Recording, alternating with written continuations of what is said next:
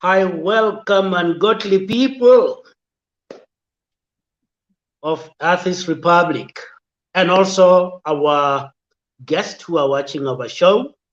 Today we are doing the Meet Atheists. Sometimes the person that we meet, we find that they are not an atheist. Maybe they are just a skeptic or they are humanists. We don't know. We'll hear as we talk to the African Skeptic,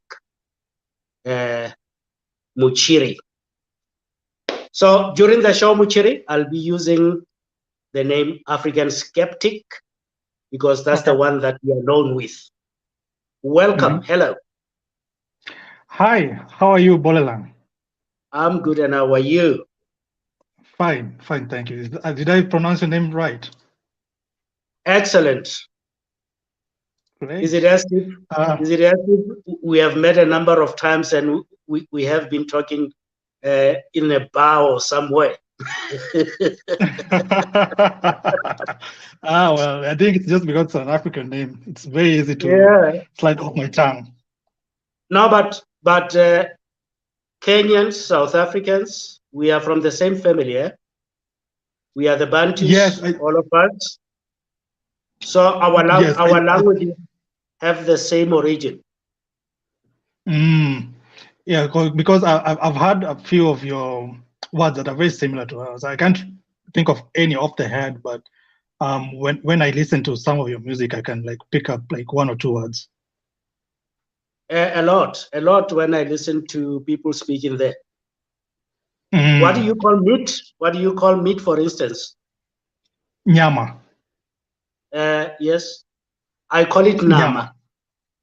I call it nama. Very close, very close. You see, my wife calls it nyama. Wait, your wife is the language a Swahili speaker or no? So sorry. Is your wife a Swahili speaker? No, she speaks Xhosa. Xhosa. So yeah, some other time we'll talk about languages, but it's very interesting. We are from the same family. You know, I was watching your videos on TikTok, and I like the confidence and the clarity in which you explain yourself when you explain your view about beliefs. And I said, no, we should have you on the show so that people should hear about your story and people should know how to contact you. So we'll go through a series of questions so that we should know you better. Tell me. Great. Were you born a skeptic or you became a skeptic somewhere later in life? Well, some might argue we are all born non-believers, but belief is like, it's mostly a cultural thing, or also depends with who colonized you when it comes to Africa, right? Or maybe other places too, who knows? But in my instance, I'm mostly focusing on Africa because this is where I'm from, and this is, live all my life. So I'd rather fix where I am before I go to any other place. So we are born skeptics, or not necessarily skeptics. We are born non-believers, but the environment that we are in determines what kind of religion that we are going to pick up. That is most likely what our parents believe in. So that's what we end up being.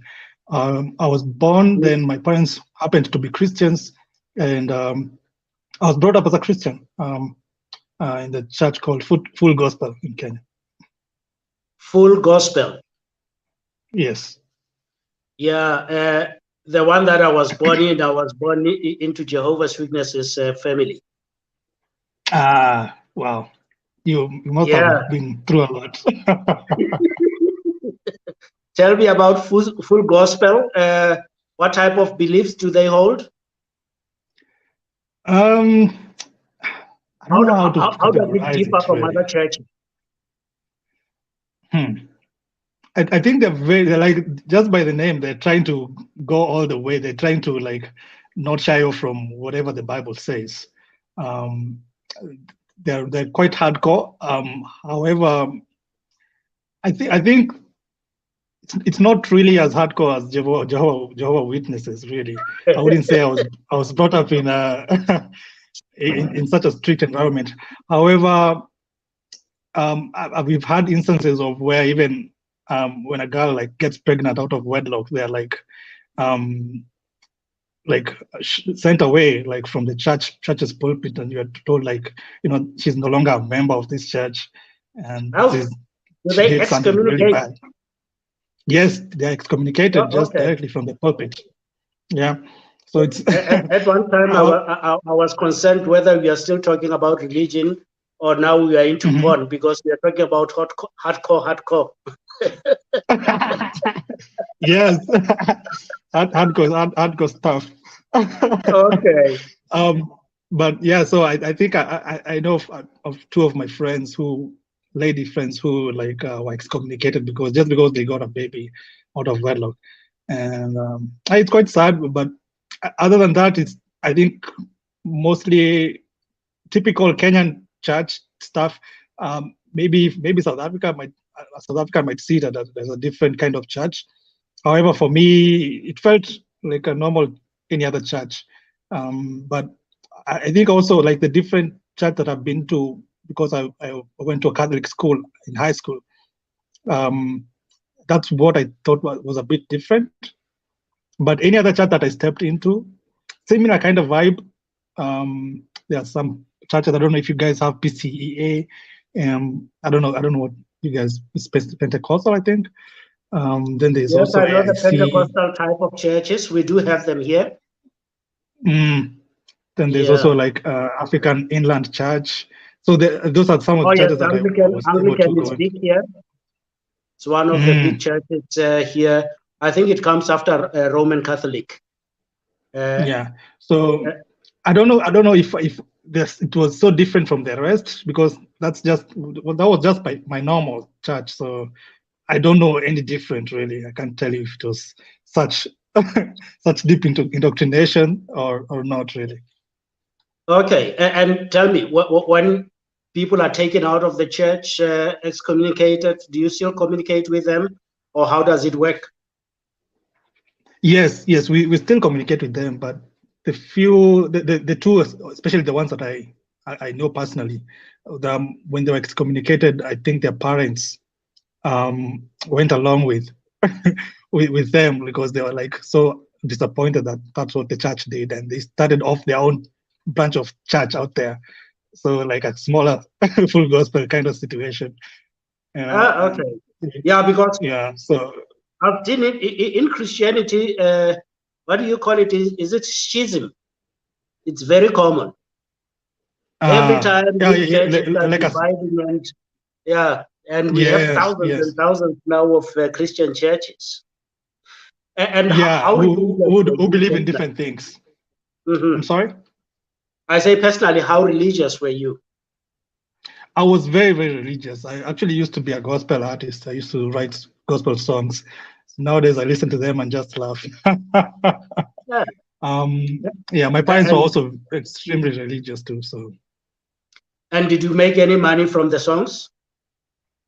No. I only recorded like 3 songs. I think I was talented. I think maybe I'm biased to myself, but I was quite talented, I think. However, I never really got out there. I was never able to get a big song because like it involved a lot of politics. You had to know like so and so that your songs get played. You had to also spend a lot of money on trying to market your song, so which I didn't have at that point. They never did all that well, so I didn't get any money from them. Okay. And then what happened in your life? Where did things go wrong? How did you then lose contact with God? No, because I'm listening to you. You are such a nice person, and I see there was a passion about God. Now, what happened? So I think what happened. The first time I started realizing something was wrong is I actually, this is how deep I was into Christianity. I was in what are they called? These churches these schools for teaching pastors. The name even, I was supposed to be a pastor, kind of, So I was studying with these pastors. I Hallelujah. was the youngest. Hallelujah. I was the Hallelujah. youngest. I was the youngest kid in that class, so I was dealing with like older men and women. And Uh-huh. it happened. It happened that there was this other church that had lost two of their pastors, and they were trying to, resurrect them, so that they are saying their time is not over. So they're praying for them. They are holding these massive meetings and crusades to like try and pray the dead pastors back to life. But And how did it go? I was still in that what is it called? That name for this course. Anyway, it's like a seminary for pastors. I don't know. But Uh-huh. so I was trying to, get myself into this preaching thing. But the pastors who were there, they were kind of skeptical. They were laughing at these guys who were trying to pray for their pastors to get back to life. And that's the first time I was like thinking, wait, if I'm in a pastor school, am I not supposed to be where these people are like so happy that people are so faithful out here that they're actually trying to raise someone from dead, And the fact that they were laughing at them, the fact that they were laughing at them was like a small wake up call. Was like, wait, what's going on here? It's kind of Yeah, weird but that these people in order to be a pastor, you've got to know the truth. Yeah, I don't think there are a lot of pastors who have faith. yeah. So some of them are just trying to get some money. It's become a business in Kenya, especially. It's not even only money. Also, Mhm. there's power. There's power. You've got this thing that gives you control over the community, and you are respected. Yeah, you become very influential. Yeah, yeah. Yeah. I had someone saying priests were the rock stars of those days. Back in the day when like there were not so many influential people. If you became a priest, you became so much powerful. That's why they decided like you're not supposed to marry as a priest, because ladies just flocked around these priests. Yeah. So You talk about that. this, Yeah, they are not married, but they still enjoy the benefits. yes, yes, yes. I was also actually talking to a friend of mine who was trying to be a nun. She was she was saying how priests actually, because she also went through that nun thing. I don't know this name skip, but anyway, she was trying to be a nun, a sister, right? So uh, she was saying that the priests were actually trying to hit on her, and they were actually hitting on other sisters out there. So that's why she kind of woke up from that. She's not really a skeptic or an atheist, but it was a wake up call for her. She didn't proceed to pursue the nun thingy. Yeah, so she But stopped. what did she think getting married to Jesus means? Yeah, you have to get some. You have to give the priest something. They can't be here and dry spell all the time. Yeah.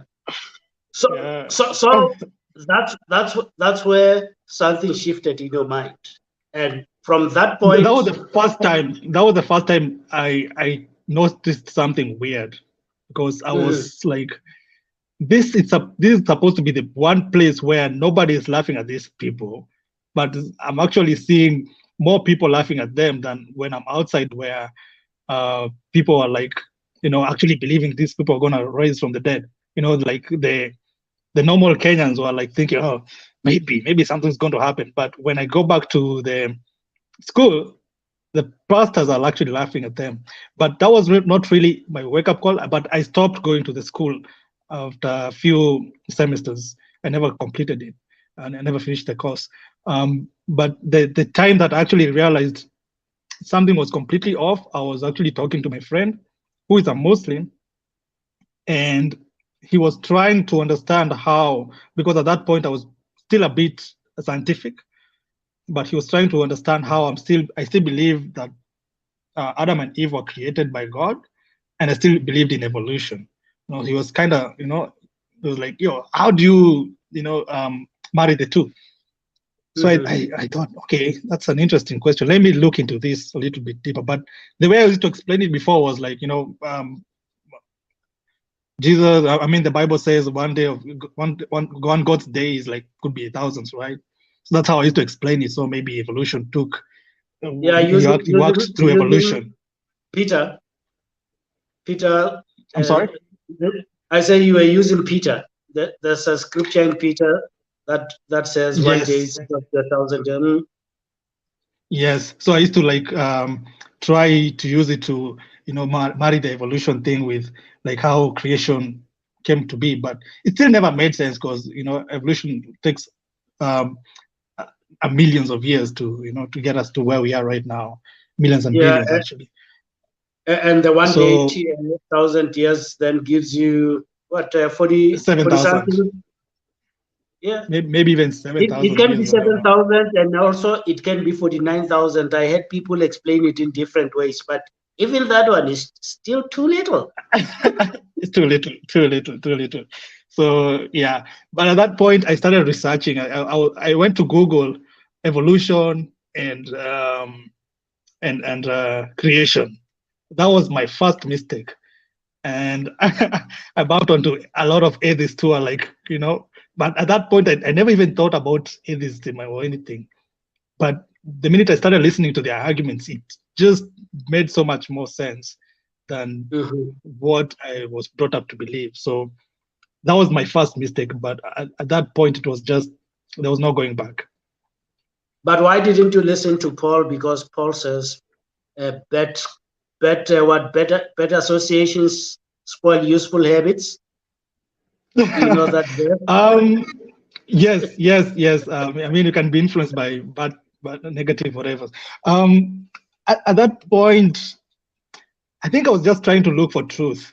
I was curious. I was like, okay, if this thing is true, it doesn't matter who says what. I'll still end up with the truth. So that's how I was going about it. I wasn't even trying to be an atheist. I wasn't even thinking about it. But yeah, you were just one argument after the other. Yeah, one argument after the other on Christianity just started falling apart, and I ended up in a position where I was like thinking, wait, all these arguments have been, debunked, and what do I even believe in Christianity anymore? And that's when I realized that I actually don't believe the Christianity thing anymore. Okay, because when I started to have doubts, I was around 14. But after coming out to say I've got doubts, people convinced me to stay. In fact, my father telling me that maybe it's because my knowledge is not that deep enough. With you, when you started talking about your disbelief, what happened? Did you get support or? It's funny. I've never even talked about this thing even with my close family members. We've had a few discussions, but I never let it go really deep because I know how much they're into this thing. So at some point, I'm even afraid I might find my TikTok and be so disappointed. But sometimes you just have to face the truth and head on and actually believe I'm doing people good out here, because at some point I was that person who was looking for this information, and it was so difficult to find someone like me, someone especially coming from an African angle, from colonization and our cultures being lost through Christianity. People don't, our atheists out there don't talk about this. A big atheist, they're not even aware of this side of argument. So I decided I'm going to be the person who's like talking about this and challenging it for people who are in my shoes. Talking about the African and colonialism side, there's something that I've been noticing there is that it has two sides. it can emancipate us from this mess, but also it can lead us to the beliefs that we had before. And those beliefs also, they are not guided by reasoning. There were no skeptics that have questioned them. My culture, usually when you ask questions, people say, it's like that. Our ancestors have been doing it like that, so it's fine. Yeah. So how do you think you will be able to deal with that? Because it's beliefs, and skepticism doesn't deal with beliefs. It deals with reasoning.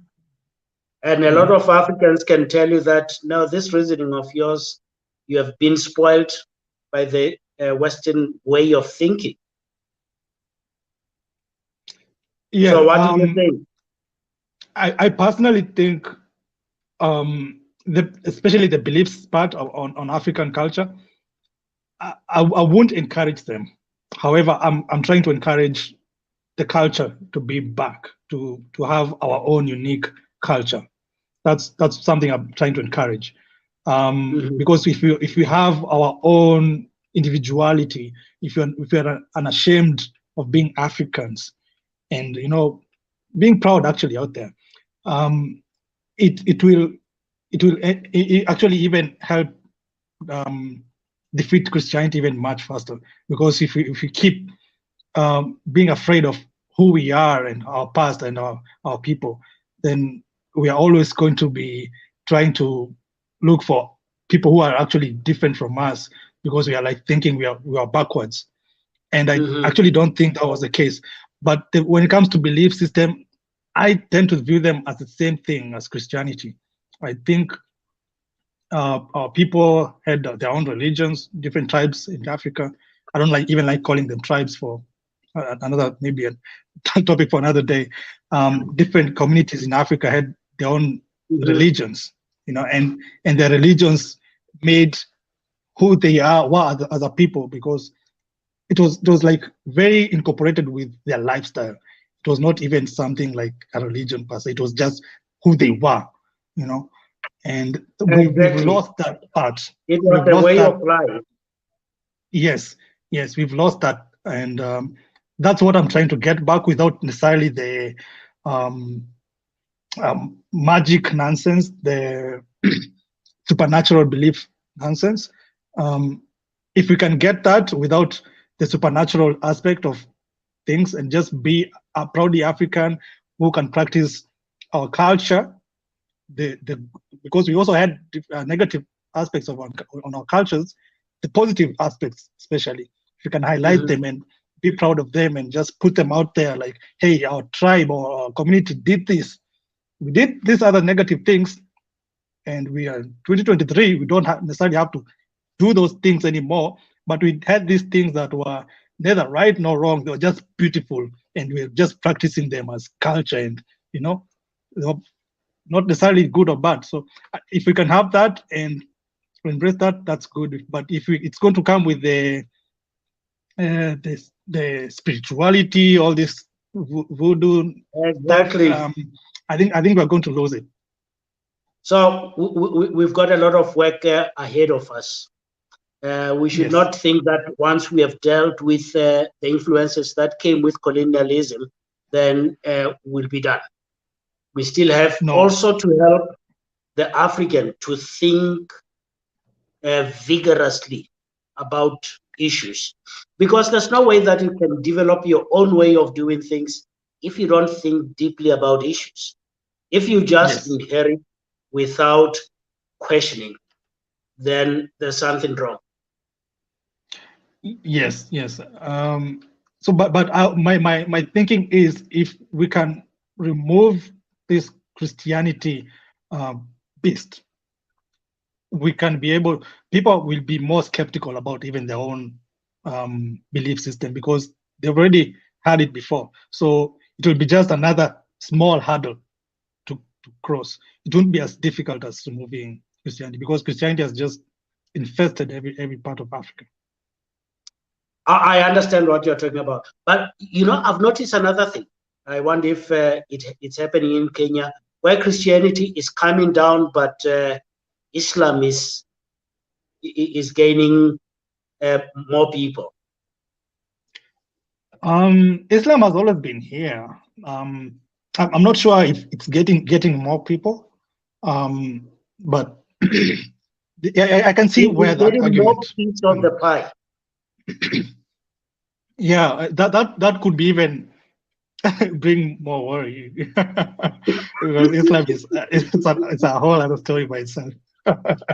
Because in Kenya we've dealt with Al-Shabaab and all that stuff. I'm not saying Islam, that's what Islam is, or being a Muslim is, but some people act in the name of Islam and they justify their actions using the Quran. So it can be also a bit of a mess if that happens, actually. Yeah, and reasoning, it's much more difficult than you do with the Christians, because Christians do like beliefs and they stick on beliefs. But I've noticed that when you try to do the reasonings with the Islamic people, there's more emotion involved in it, and and they're more passionate about a bit their messy. religion.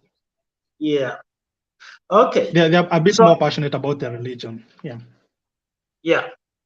So tell me about activism. How would you label your activism? You have explained it a little bit, but just giving it a clear description so that person knows that, okay, this is what the African Skeptic is doing. As you do that, let me get more light. I can see that the sun is leaving us, so I need to get light. Okay. I'm listening. Personally, I'm not really. I don't consider myself an activist. Maybe some people might, but I'm really very new into making skeptical content. So it's not something that I've done a lot. So maybe that's why I don't consider myself as an activist. However, I'm mostly trying to focus on the Christianity aspect, because that's what I've been brought up in. Trying to challenge what it says, and with reason, and actually showing what people might not see. I'm also trying to highlight the positive aspects of being an African, and just trying to raise the proud African culture to people. That's what I'm really trying to do.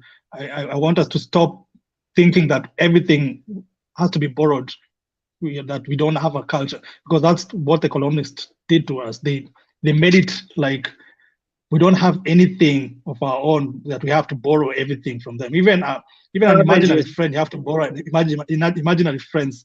I'd rather people have our own imaginary friends, if anything. Yeah, it's like they came here, they found savages. Yes. That even never knew anything, that were not cultured. Yes, I understand what you're doing. But as I'm listening to you talking about what you do, I hear activism there. Maybe you are humble and you don't see there is activism. Maybe you expect something huge for it. Maybe you expect a certain number of days to happen before you're called an activist. I don't know. What would be that number of days where you feel that, oh, now I'm not a fraud, I'm really an activist. I am bringing confidence back to the African? I guess it's what activism rings in my head. Like, I think it's something just different from what I'm doing. But maybe I am an activist. Maybe I'm just not aware of it, or maybe no one has ever said that to me before. But again, like I said, it's something very new for me. I'm only on TikTok, I think 3 weeks now. So really? I don't know anything even. Yeah, I'm just 3 weeks old on TikTok. So I didn't even know Oh, how to use the app. I just recorded a video and edited and just posted. And for some reason, it but your picked up. videos hit me with a punch, you know. You know, when you listen to a Yeah, person and they explain something, uh, you just open that gap and you goes right to the point. Boom. yeah. Because I do listen to people talking about this issue, but I Mhm. haven't listened to them and said, "Oh, let me invite that guy." Okay, okay. I must be Yes, doing something different then. yes, But I think you're doing it well. it's the bottled up emotions that are just coming out. I just decided I'm gonna blow up and just say whatever it is I'm thinking without shame, because this is the thing. Like, if Europeans came here and they were not ashamed of like forcing this thing on us and telling it as they saw it, right? And Mhm. they actually forced it on us in some way, tactically. Maybe some people think it was not forced on us, but if you actually look into it, because I did, they first of all recruited young children who are Mhm. like who are now put on missionary schools, and then later on they are the people who are given leadership positions, and when they're leaders and they've already been Christianized, they end up influencing every other person who's trying to associate with them, and that's how Africa became. It was a very strategic. If you look into it, people might not even think no, that's what happened. However, even before they got the kids to grow up and take leadership positions, the chiefs were being bribed and to converting into Christianity, and also now later on enforcing Christianity on people, and people who are like trying to be to stick to their traditions ended up lacking opportunities, and so people just converted because Exactly. for survival purposes. People just think They get that sidelined. Christianity just came in, and yeah, people just think Christianity just came in and just people converted. That's not what happened. It was forced on them in some way. It wasn't a gun necessarily on the head, but it was people given opportunities who are Christians, and people getting power who are Christians, people being bribed, and also people now after that, when you realize you don't get opportunities just because you're holding on to your traditions, you ended up converting. There's a video on TikTok where Hmm. I'm duetting with Bakanga. I wonder Hmm. whether you have seen it. I've seen Bakanga. He's very bold. I like him. Listen to the comment that people are saying under that video. They are not Hmm. aware. They are not aware that they've been manipulated into doing this. Others say, I Mm. volunteered to become this. But the question is the environment that made you volunteer to become this. Did you Yeah. have an influence in that environment? Or the environment was set so that it should Mm. manipulate you to be what you are? Yeah, like So people who are sometimes I not deep think, thinkers, yeah, like the same thing a Hindu might say when they're in their own environment, or a Muslim when they're in Middle East.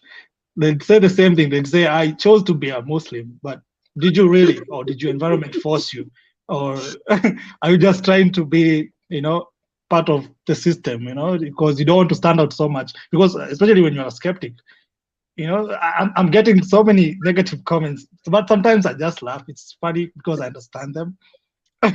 But this is what you get from standing out. If it was a choice, you'd know it's a choice. It's not this yes. wish-washy thing of, oh, my parents brought me up, and at 5 years old I decided I'm going to get saved, and I'm going to be, I'm going to inviting Jesus into my life. That's not a choice. Children can't make such choices. No, no. Yeah. You are slowly brought into that, the temperature being Yeah. set up a little bit as you grow up. Yeah. Yeah. You never even And noticed it. religion, has it had a negative impact on you as an individual? Are there things that you can think about? Personally, no, but I can see how it affects other people. I can see how it affects society as a whole, and it's not. And I think this is not what you're supposed to do. If anything, uh, colonizers came here with technology that was slightly better than ours, and that's how they were able to colonize us, because they had guns, especially. Without guns, there's no way, there's no chance they were going to be able to do whatever it is they did to us. But I find it weird that Africans are focusing on the Christianity instead of the technology, because that's what we were supposed to focus on. That is what's going to help us. If you keep just focusing on Christianity and religion, then we are missing a whole mark, and someone else can just come here and colonize us all over again. But if we focus on like technology, I think that's what I'm also trying to encourage people to do. If we focus on technology, then we're going to be better off, because everything now is yes. technology. If we keep, I think it if was we your keep video that was this, talking about Indians, and was it in Nigeria also? Talking about, no.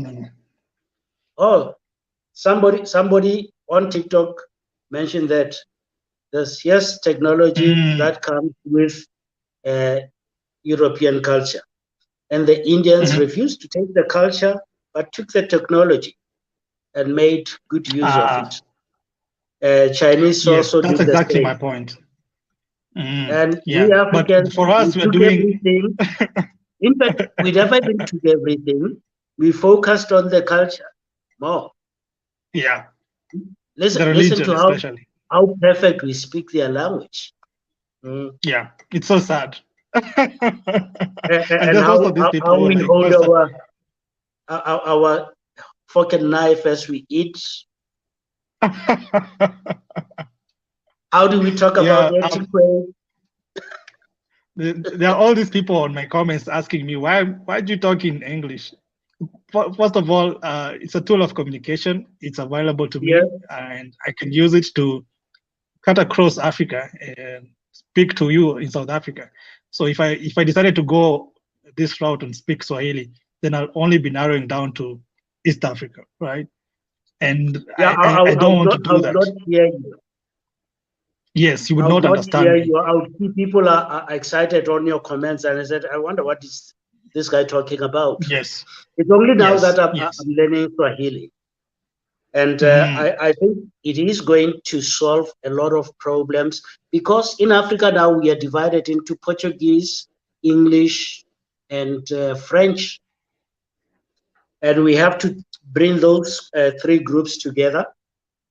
We mm, have our lot of other languages, but on the east part, there are a lot of people who speak Swahili on top yeah, of their languages. In the center, Congo, already there are people who speak Swahili there, who yeah. speaks French also, and we can't communicate with them in both those languages. Now, in South Mm, Africa also, we have to join and learn this language so that we are able to communicate with all those groups. And you'll see it will be easy. yes, We'll drop English very easy once we've got a yeah, common language. yeah. I don't have a negative opinion on English per se, apart from it being brought in a negative way. I think it's a tool that all of us can use to talk to each other. As much as it's not our language, this is what we have, and let's just use it because it's here. Like, we can't But just say, okay, it's English, then sorry. it depends on who you're talking to. Sometimes I've got a Yes. message that I want to talk to you, and I don't want somebody speaking English to understand us. Yes, there's that too. Because I've also seen white people commenting on my videos, and I mean, you can't have your cake and eat it. So it is what it is. This is the best tool I have right now. If I was able to talk to you in Swahili right now, trust you me, I'd have opted for that. I love Mhm. speaking my language. I love speaking. I'm a Kikuyu man. I love speaking Kikuyu. But since it's not out there, I'm only going to be able to speak to people in my community. Then, and my vision for my TikTok is not just for my community. My community is going to listen for me to me in English. They will not miss out. Yeah. They'll listen to me in Swahili. They'll not miss out. They'll not listen to me in Gikoyo. They'll not miss out. However, so many other people, if I decide to do that, are going to miss out on what I have to say. I'm not saying I have the best message out here, but I also don't want it to be limited to a few people. Yeah. Now, in mine, I usually mix. I've got certain videos that I do in Sesotho. I've got others that I do in English. And the reason that I did that is because there are people who say this issue of not believing, it's not an African issue. It's an English issue. And when you come and you talk about it using English, they say, yeah, you have been damaged by education. But if I explain it in Sesotho, they say, oh, there's one of us who's thinking like this. Yeah, I can hear them, but at the same time, we can't fight all the battles. Like, I can't fight all the battles. I'm choosing religion and I'm fighting it. Someone else can choose English to fight it, and someone else might choose any other thing, So I can't be able to do. Yeah. So for me, this is the battle I'm taking on. If someone else has a problem with English, let them fight it, and we are going to be here to support them. But I can't do everything. I'm just going to focus on what I'm able to focus on. Exactly. You now answered that question that I was just about to ask you as to where your passion lies. Yeah.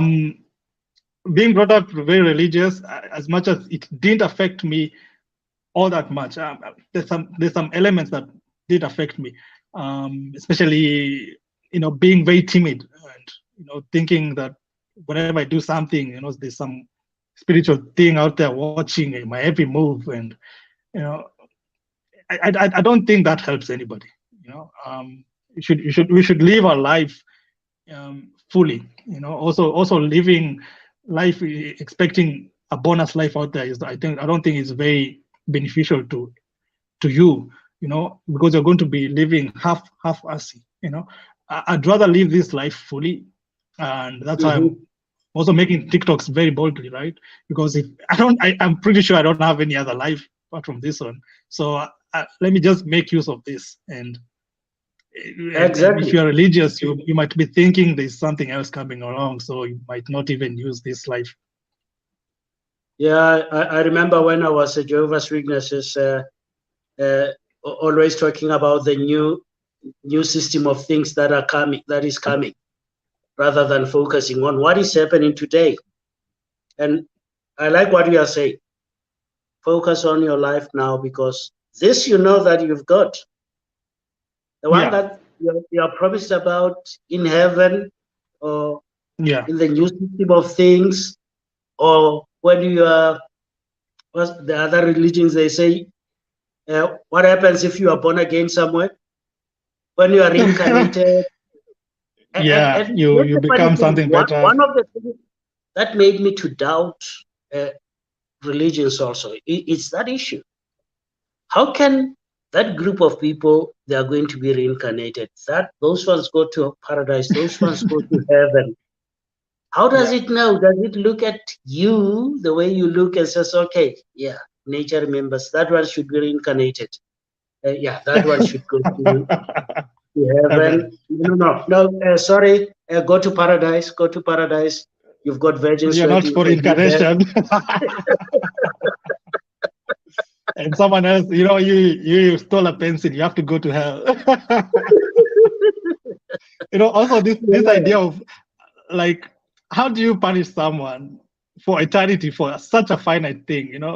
For finite things, even Hitler should not be punished for eternity. He should be punished. I agree.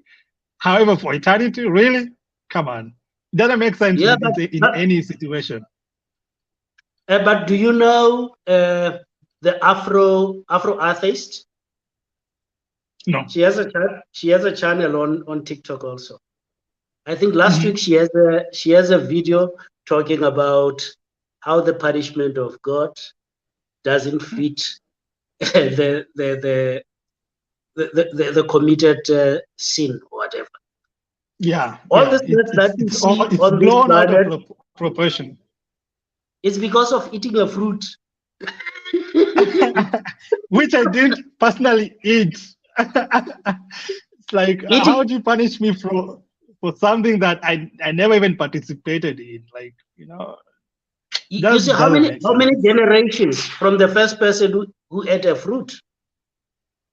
If Yeah, really we I were don't from know. Adam, but also Mm.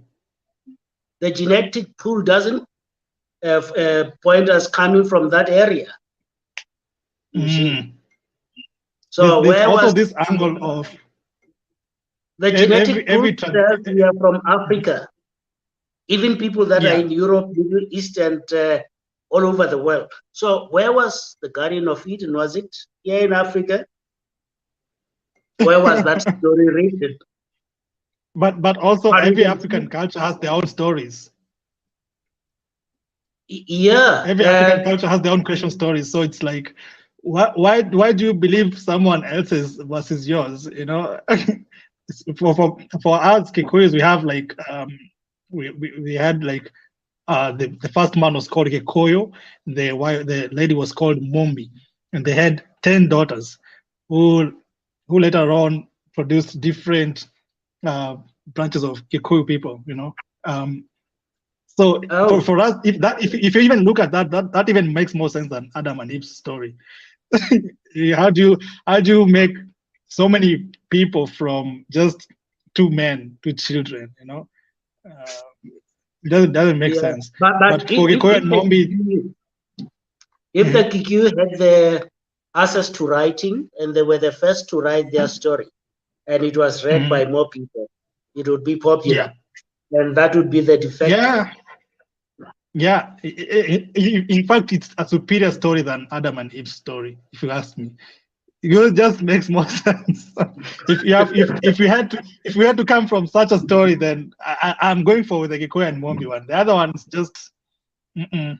But all these things are cultural though. Like even if you look at the Adam and Eve story, when Cain is like uh, banished and is given a mark so that other people out there can see this is the cursed person. But who are these other people? If this is the firstborn of Adam and Eve, and these are the first people, meaning it was Yeah, just a communal creation theory. It wasn't necessarily meant for everybody. It wasn't just for the Jew people or whoever wrote that story. exactly. And a lot of Yeah, people, you ask that question, then they will duck and dive.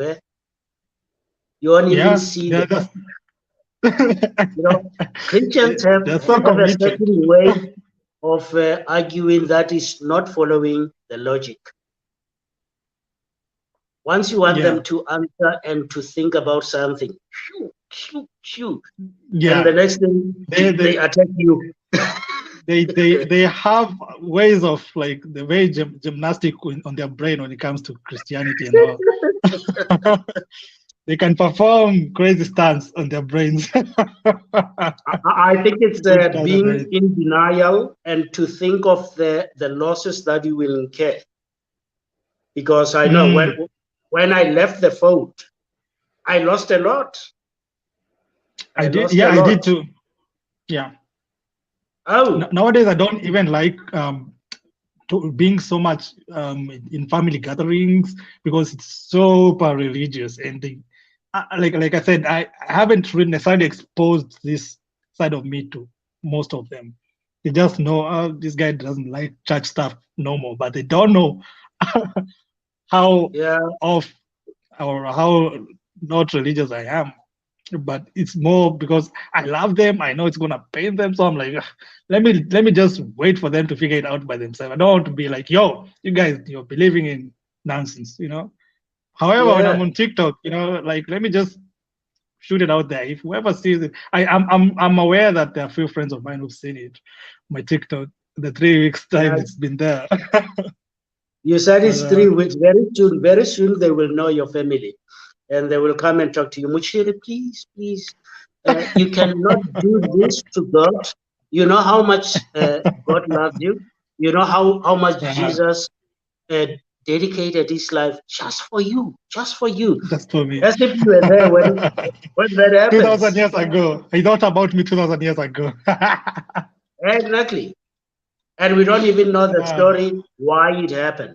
I've been trying to look at the reason that Jesus was killed. And mhm. there's no reason in the New Testament on the Gospels where it says he was dying for us. Have you noticed? He was dying Actually. because they killed him because he said he's the Son of God, and also he was uh, he was not respecting the authorities. Mm, He died yeah. for his Yeah. own mistakes, for not fitting into that community. And Mm. I don't know when did I feature in there, and I don't know why they say he died for me. Yeah, they It's a just have fraud to that twist was it to committed. to make it personal. They're just trying to make it personal. Like if it's personal to you, you'd most likely convert to it. You know, But it's something that is just just made up. clearly it's made up. I mean, the if you just look at the Bible it's just a book combined of like different points of view of different people, different times. Even if it's nothing scientific, okay, maybe there are a few scientific things in there, but so many things that are unscientific that don't make sense anymore. But people just want to, keep believing it and saying like it's making it look like Yeah, it makes sense. But it doesn't. It doesn't. it's not serious science that you find there. It's not serious Yeah, science. nothing Cleanliness, serious. It's just something that anybody can figure out anyway. yeah. But somebody Yeah. will tell you one day about the Quran and says, hey, the Quran knew about the heavenly bodies long time ago. How did they know about it? Tell me how did. Say, hey, you I look mean, at it, you can see it the there. stars, the stars are there. Like, it's clear that there's a moon, there's a sun, there are stars at night. Like, clearly, there's something Yeah. out there. That doesn't take a genius to figure out. But tell me, let's say you are walking in the street and you meet Mushiri, the young one, the one that wanted to be a pastor, or maybe the one that was still going to the church with the parents, and you Mhm. offer him an advice with the knowledge you have now. What would you say to him? Um, question everything. Question everything. Then you form your opinions later on. Like you just have to look at everything, put it down. I know your parents gave you this wisdom or gave you this religion because they thought it's the best thing for you. However, that's the best they could do, and that's what they knew. However, as a grown man, you have to look at things in a critical way now. You have access to information, and there's nothing that you can't access out there. But also, of course, even when you're looking for information, you don't absorb everything because there's a lot of nonsense also out there is not necessarily Christianity. There's Mhm. people are just trying to make up their own cults, little cults out here, and you must be skeptical. Take be open minded, but be skeptical. Whatever it is your community does, it doesn't have to be how um, things are supposed to be all the time. Things change. If our parents were able to change from their traditional beliefs into Christianity, what makes you not think that we can change from Christianity to being skeptical human beings that are calculative with their belief system, not just believing anything that someone says? I resonate with what you are saying. That is what I Mm. did to my children also. Teach them questioning. I don't teach them anything that is cultural or religious. I teach them to question. And with a question in mind, they will find their space in this society. And Yeah, also, and we don't have to be. Yeah, we don't all have to agree on everything. We can just be different human beings who have slightly different belief systems, but being dogmatic about your own point of view. Even right now, I'm not dogmatic about my current standing on what I believe and not believe. If you can give me good reasons to change my mind, I am perfectly willing and able to change my mind if I have good reasons. So we should also be able to embrace people who think differently from us. It's not supposed to be like I don't want other Mushiris or African skeptics running around. You know, it's that this is my point of view. If someone else has a different point of view, I should be able to be um, we, human enough and patient enough with them and just agree to disagree or whatever, or I put my points across in a respectful manner, and also listen to them. And maybe they have something to offer. It doesn't have to be. We don't all have to be on the same page all the time.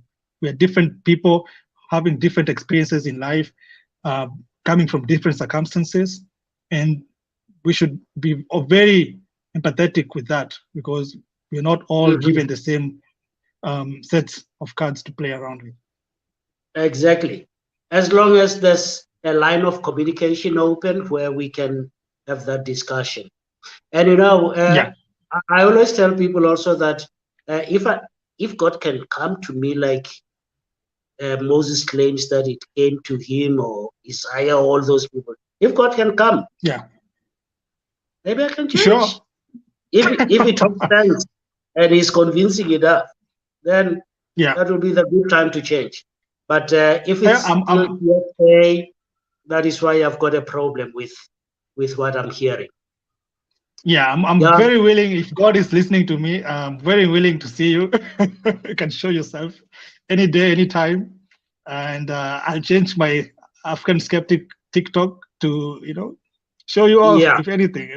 But since I have no experience on that, and I can see people who are being taken advantage of out here just because of this belief system, I have to talk about it. I have to help people who are trapped, and I just have to be the person who's like taking the abuse and disrespect on TikTok for a greater good. I hope, at least. Beautiful. Where do people contact you? Your channel in TikTok, maybe Facebook and other places, or maybe if you want them to write you a letter, I don't know. Where can people contact you? You can get me on the African Skeptic on TikTok. That's the only place I'm in right now. I think there's also a YouTube channel. There's also a YouTube channel actually, but I haven't posted much. I've only done a small documentary type video on there. So you can check African Skeptic on YouTube. TikTok, I've posted a few videos that are, just a few seconds, but that's where I'm mostly at, and that's where Boleleang found me. Yes, I highly recommend the African Skeptic on TikTok. Then I'm going to check the YouTube one because I haven't seen it, and I hope we can grow it. It's a very small channel. Yeah, it will. Hopefully, I'll get more time because that one was a more researched kind of video. I took time to come up with the whole video. It's about 10 minutes ish, but I got deep on how Christianity came into Africa actually. Okay, now I'm going to watch it after this. Okay. It was a pleasure being with you. Thank you for your time. In Kikuyu, we say "Vegio mono." That means thank you very much. Thank you.